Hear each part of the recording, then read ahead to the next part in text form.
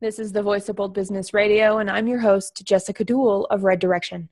You're listening to Program 30, Receiving Criticism. While our emotions matter, the reactions we have can get in the way of hearing and connecting with the person that's sharing with us. Solicited or not, feedback, and especially criticism, can be hard. Being able to sit in a space with another person that is sharing something that's hard for us to hear means there really is something for us to hear within that message. We don't want to have to check our reactions. We want to recognize, though, that there is something here for us to understand. There's a place for gratitude in interactions like this when we're receiving or giving criticism, even if it doesn't seem like it very much at all.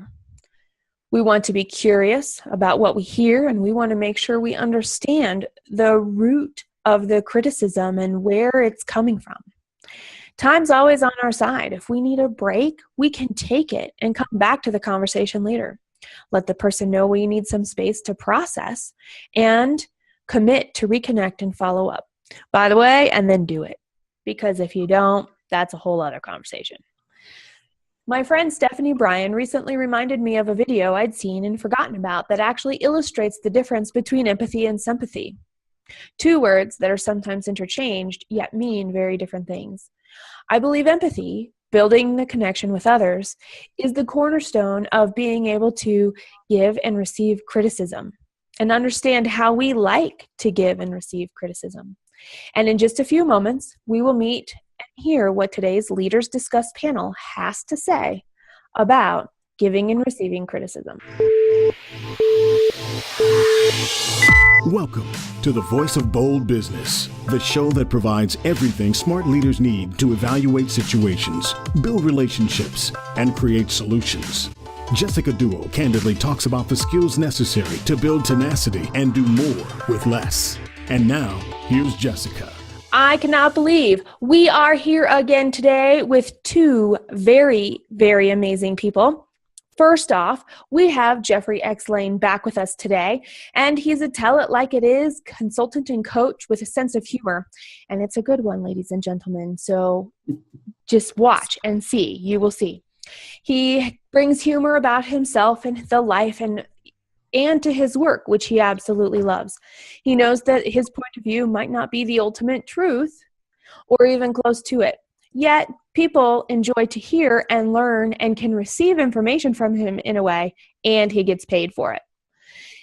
He's still learning to show up, and he really hates the BS. And also with us is Danielle. Since 2003, she has received extensive training and experience in mindfulness-based healing processes called internal family systems therapy. It uses somatic body-mind techniques to bring about lasting change from trauma and attachment issues. She's been in private practice as a family therapist and a women's wellness coach in the Boulder-Longmont area for the last 27 years. She received her master's degree in social work from Denver University, and today Donna's being pulled towards developing new programs that will connect, heal, and empower women. Donna, Geoffrey, hello. Good morning. Hi. I tell you what, we are in for it today. I was preparing for this panel, and I'm so glad the two of you offered to join me because this is a hard topic. And when we have to hold up this mirror to ourselves about criticism, it can be a little scary to look at ourselves. It's easier to look outward.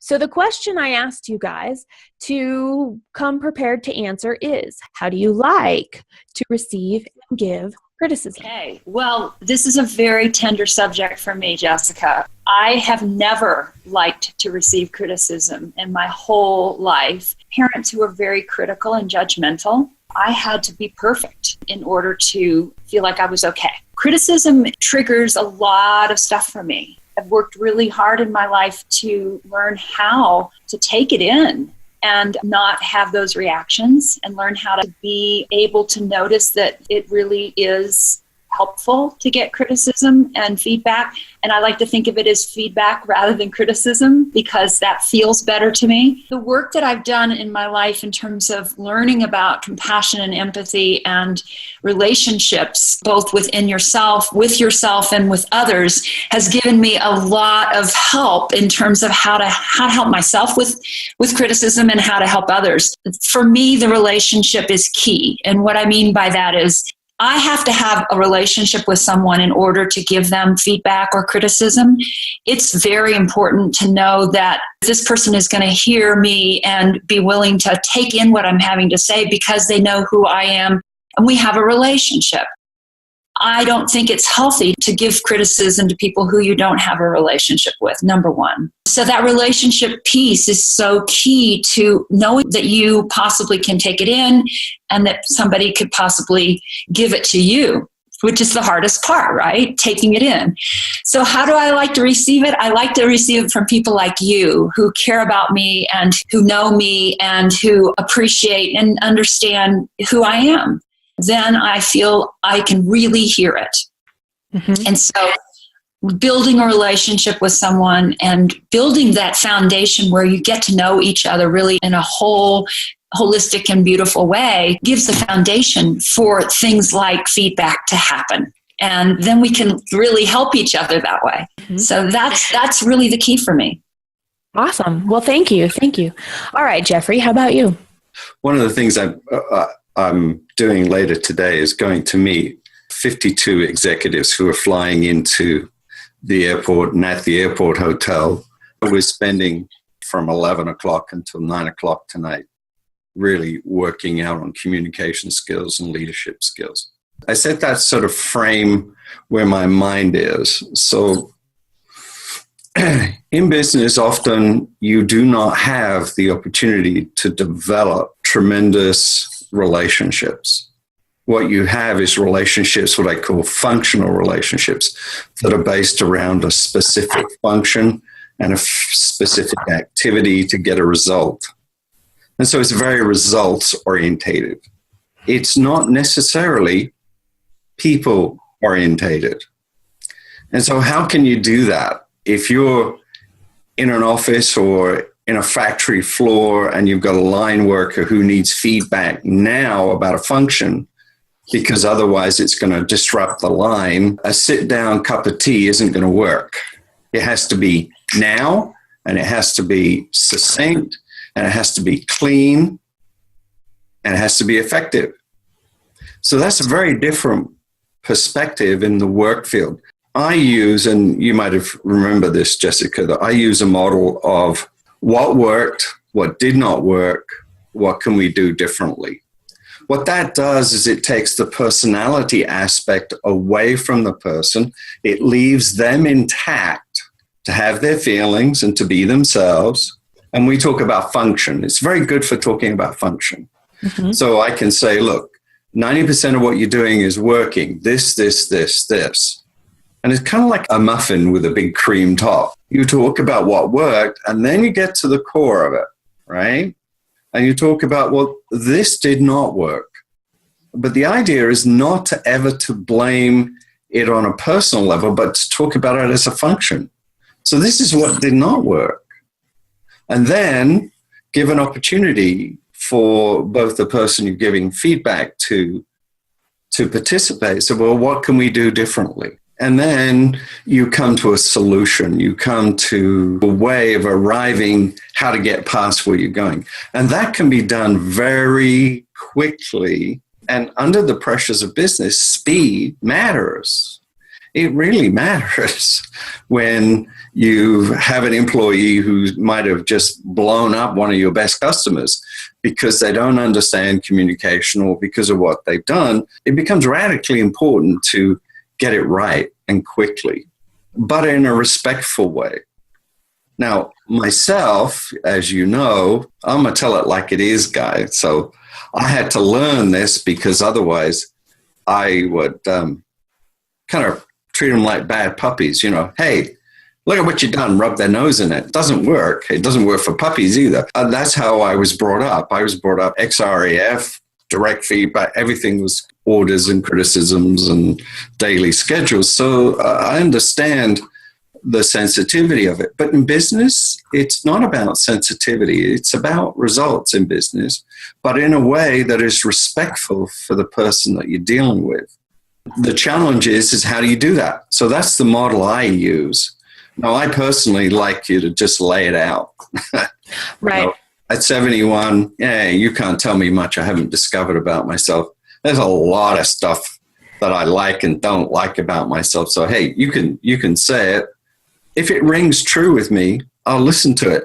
Most of the time, when somebody's giving me feedback, particularly feedback I haven't asked for or isn't functional, I know it's all about them. It's not about me. Mm-hmm. They're using an opportunity to express something to me that they see probably in themselves. Okay. So, but I'd rather have it, hey, come on. Don't beat around the bush. No. Don't try and sugarcoat it too much and here's the thing that I'm going to just say right now, and I will probably repeat it one more time during the show because it is so important. And that is this whole concept of sandwiching the problem between not so problem-oriented things is usually they're compliments. They're not actually helpful. So you've got all this nice wishy-washy stuff. Oh, you're such a good person. By the way, this really sucks what you're doing. Oh, but you're still this really nice person. That's actually contradictory. And so we're going to come back to that. It is crap. Real crap. Yeah, it is. But that's how most of us have learned how to give criticism and feedback. Donna brought this up, and this is very interesting. The visceral reaction to the word criticism and making us cringe and go, oh, and switching it out for something like feedback. So knowing that words matter and knowing that words have meaning, I would love for each of you to take a minute and just tell me what the differences are for you and maybe how you would define the differences. So we can be using that when we're approaching people and how they may react to certain things, and we can meet them where they're at. I would talk about it in terms of how things feel to them and ask them what they're noticing. Are they comfortable with how things are going? And really let it be their bringing their desire to get feedback on the surface so that they're open and curious by that point. So it's not coming from me. I'm just creating the opportunity for them to want feedback. We'll put this in context. Everybody, Donna and I know each other from Business and Professional Women, and we both have or have had different leadership roles within the organization. So what if I wasn't doing my job as the vice president of programs? What if I was letting things slip? What if, and so you're not helping me discover things about myself. You have to actually give me a criticism and get me to change for the good of our BPW chapter. That's exactly what I would do, Jessica. And you would. In that kind of leadership capacity. I ask, well, Jessica, how are you feeling about how this job is going? What are you struggling with? What help do you need? And what's going on for you? Because then it's up to you to give me information that you want feedback. And I can say, I can give you some ideas if you want some, but I really feel like, how are you feeling? Now, we're dealing with a nonprofit. We're dealing with an organization. We're not dealing with a company, and we're not dealing with bottom line issues here. This is more about growing people and supporting and mentoring people. So it's a different context than what you all are talking about in the workplace. Oh, I want to challenge that. I want to challenge it very much. Is it? I think it's always about the development of people. Always. I think it's the relationship that's key also. Building the relationship so they can feel productive and they can feel useful. Okay, I love that. Yep. All right, Geoffrey, how would you define feedback and criticism? I do use occasionally feedback. I never use the word criticism because it's so emotionally loaded. And I don't want to trigger emotion in people. That's not my role. What I do want to trigger is thoughtfulness and awareness about the behavior or the actions. Often people do what they do because that's all they know. So that's my premise. When I use the position of this is what worked, this is what didn't work, I'm making the assumption there's something you don't know here. What is it that you don't know that I can help you with so that you can run your meetings better or put this together better. I take the personality and feeling pieces out of the equation. If somebody wants to talk about it on a feeling level, then I make that a completely different conversation. When you're giving feedback or criticism in any part, even with family members, if you give them feedback, you need to frame it in such a way that the individual is going to buy in, that they're going to converse with you, that they're going to communicate with you. If you label it as criticism, and even if you say now the word feedback is getting as loaded as criticism. So I often say, let's go through the 3 W's. Anybody that's worked with me or been in one of my workshops knows that my 3 W's is a fabulous communication system. What worked here? And I'll get the person to describe it. I won't do the talking. And then I'll say what did not work. I won't tell them what didn't work. I'll get them to describe it. And then I'll say, well, what else did you notice? Because what I want to do is bring awareness to that person, not hurt them. I kind of try and depersonalize it in a way. Then I'll say, can we do differently? I won't lead it. I'll ask them. Because the idea is to give them an opportunity for discovery so that they can take the next step. Now, if I have to come back to them and talk about it, I'll say, let's talk about the 3 W's that we talked about and the fact that you haven't taken your next steps. Now, if you're an employer and you're a coach of some form or another, I learned so much coaching my son's soccer, but being that kind of coach, you got to say at a certain point, it is, you have to ask for accountability. You have to ask for when, now. Is it now? Is it this week? What do you need?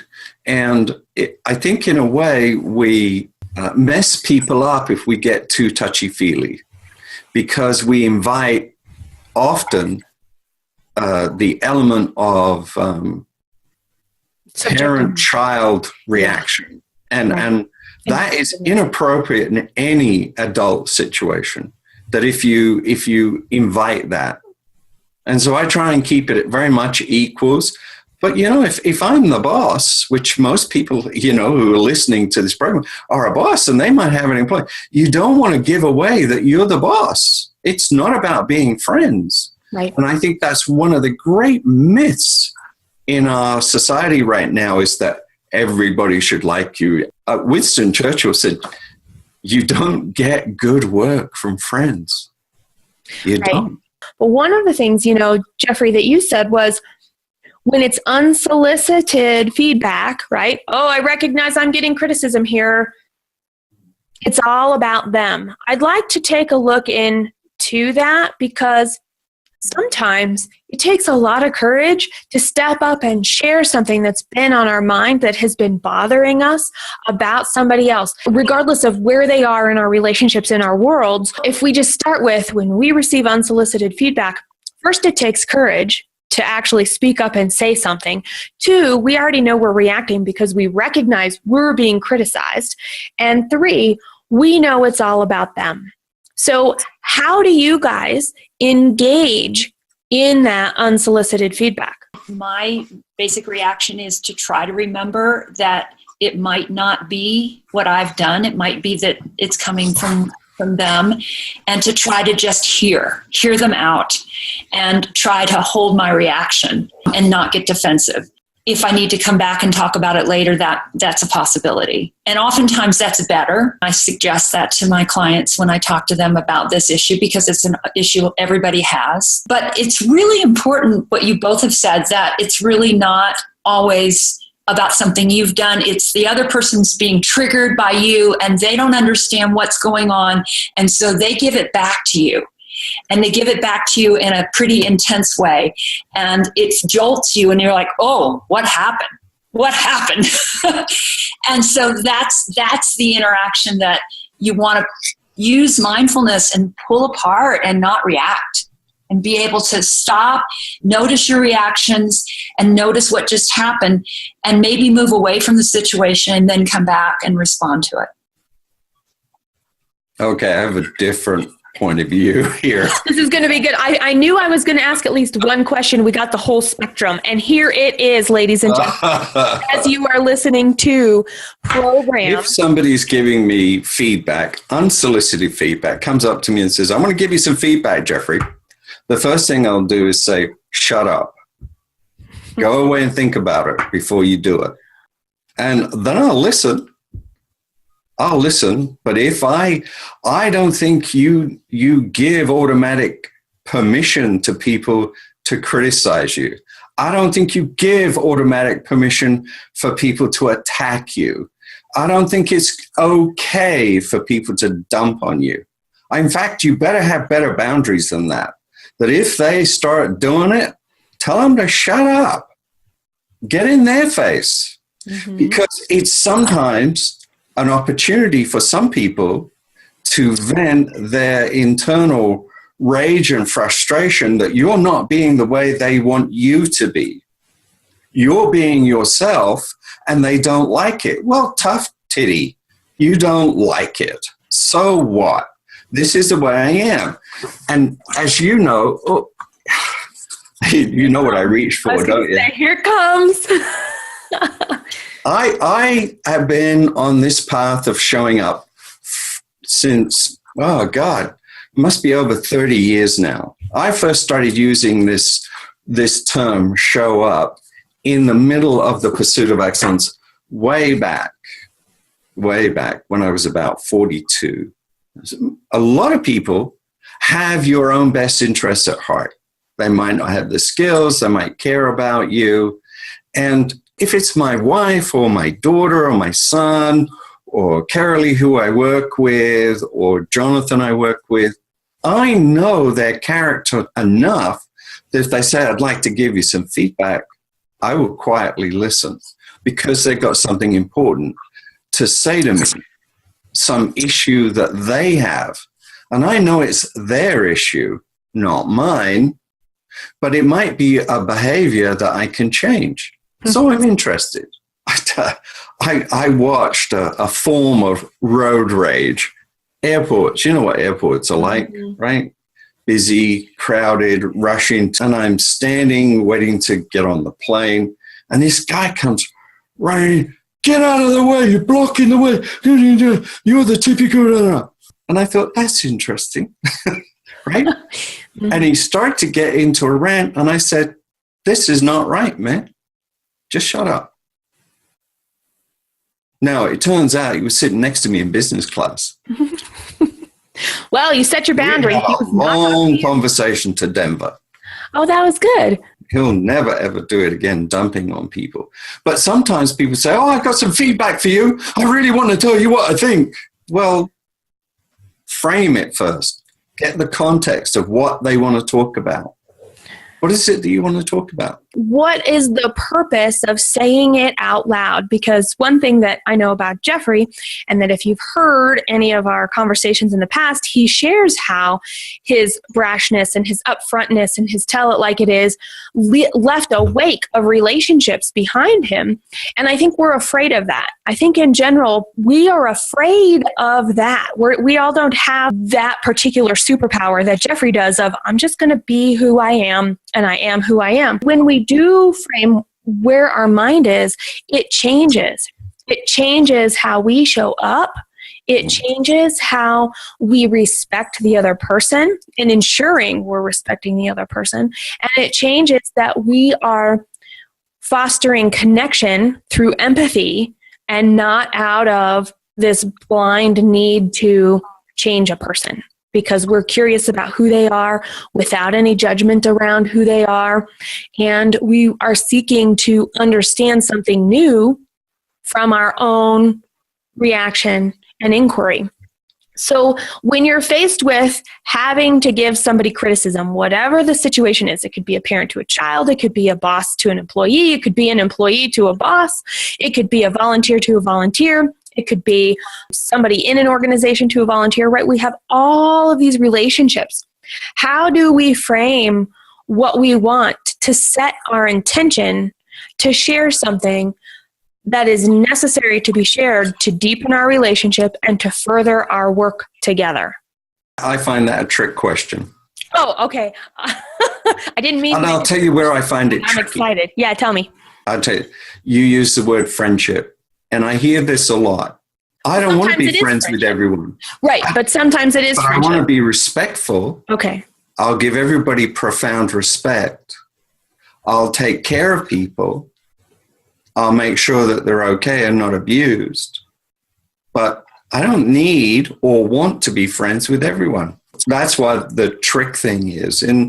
In every organization or every situation, there is the functional aspect, and then there is the familiar or the friends energy. My friend Stan will say, oh, I think I want to talk to you about this. And he will just kind of, but, Stan and I have been hanging out together for 17 years. I know exactly how his mind works. And sometimes I say, oh, you didn't like that. And he'll go, oh, you knew. I said, yeah.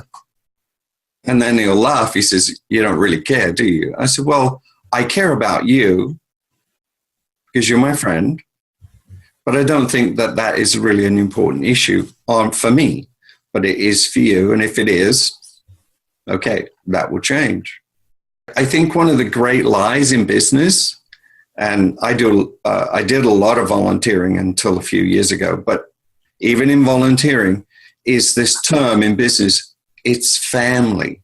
It is not family. Right. That is so loaded. That is such a trap. We think about how we treat our family and our expectations of our family. Usually it's lower. It's a lower standard than anybody else in our whole world. So why would we lower the standard for the people that we are working together with on some common goal? Ooh, that's interesting, because I treat my family exactly the same. It's taken me a long time. I think there's this inherent assumption. They see your warts. You expect them to be in your brain. You expect not to have to explain yourself very well. You can just do whatever you're going to do, and people are going to react however they react. And a lot of people don't care when it comes to their family. And I'm not one of those people. I used to be like that, just like you. And it was a conscious effort to change and say, you know what? Everybody needs respect. It doesn't matter if they're living in the same house with me. It doesn't matter if they're my extended family. It doesn't matter if they're strangers on the street. It doesn't matter if I'm working with them or the people that I haven't met yet that I'm supposed to meet. There is this thing, and you're right. But I think that's where that family piece comes in, is it's just the way that it is. We're really not going to peel back the covers too far. We're not quite sure we want to see what's in there, so we're just going to call it family. I think that that's a very important point you brought up, Geoffrey. What would you add to that, Donna? Well, I think that's absolutely right. Putting things in a family context absolutely takes people into their bottom drawer instead of their best self. And that's exactly what we don't want to create. We want to help people in their workplace and in their lives learn how to be who they can really, truly be in their best self. And creating that environment where they can learn how to do that and practice that. Going back home is usually taking people backwards rather than forwards. Absolutely. Mm-hmm. I think one of the other challenges, and that is connected to feedback or criticism, is that we've lost track of personal accountability. I do coach senior executives, and this particular executive started, we do this, we do. I said, who? Who? Who? We spent an hour working on language structure because this person said, well, we do this, we do that. No, they got 17 staff in their department and they're a senior financial analyst. There's no we in it. They lead it. They're responsible. And where does the buck stop? And will we own it? And I have to tell you, all of the things we've talked about, whether there are triggers, whether it's working with words like criticism, feedback, personal accountability, respect, ownership, all of these things that we have mentioned here are skills. They require constant attention, just like you can't, unless you're a cactus, even a cactus needs water sometimes. Just these skills need to be cultivated. They require our focus and our prioritization, so that we can continue to work on deepening our relationships in whatever facet of our life we are, whatever our boundaries around those relationships are. And I can't wait to listen to this again because this is absolutely, positively amazing information. And we could actually have a part 2 of this at some point in the future. So beware other trigger words, other highly emotionally leveraged words that bring baggage and all kinds of awesome colors to a conversation we didn't even know were possible are something to watch out for, be aware of, and stay curious about. You'll find all the program notes for Receiving Criticism, Program 30, at thevoiceofboldbusiness.com/P30, or search the site for Receiving Criticism. And the question I want to leave you, our audience, with today, as a leader, what have you found that does work to be able to both functionally and respectfully and relationship-oriented and respectfully give and receive feedback and criticism? What do you like and what do you don't like about it? Thank you. We'll see you next time, because we want to know, as a leader today, what are your tips to receive criticism? Subscribe at thevoiceofboldbusiness.com and get more information, program notes, and past episodes. Bold leaders approach each situation and focus on action to achieve a higher level of leadership. Jessica Dewell, your business advocate, is the host of the Voice of Bold Business Radio. Thank you for joining us.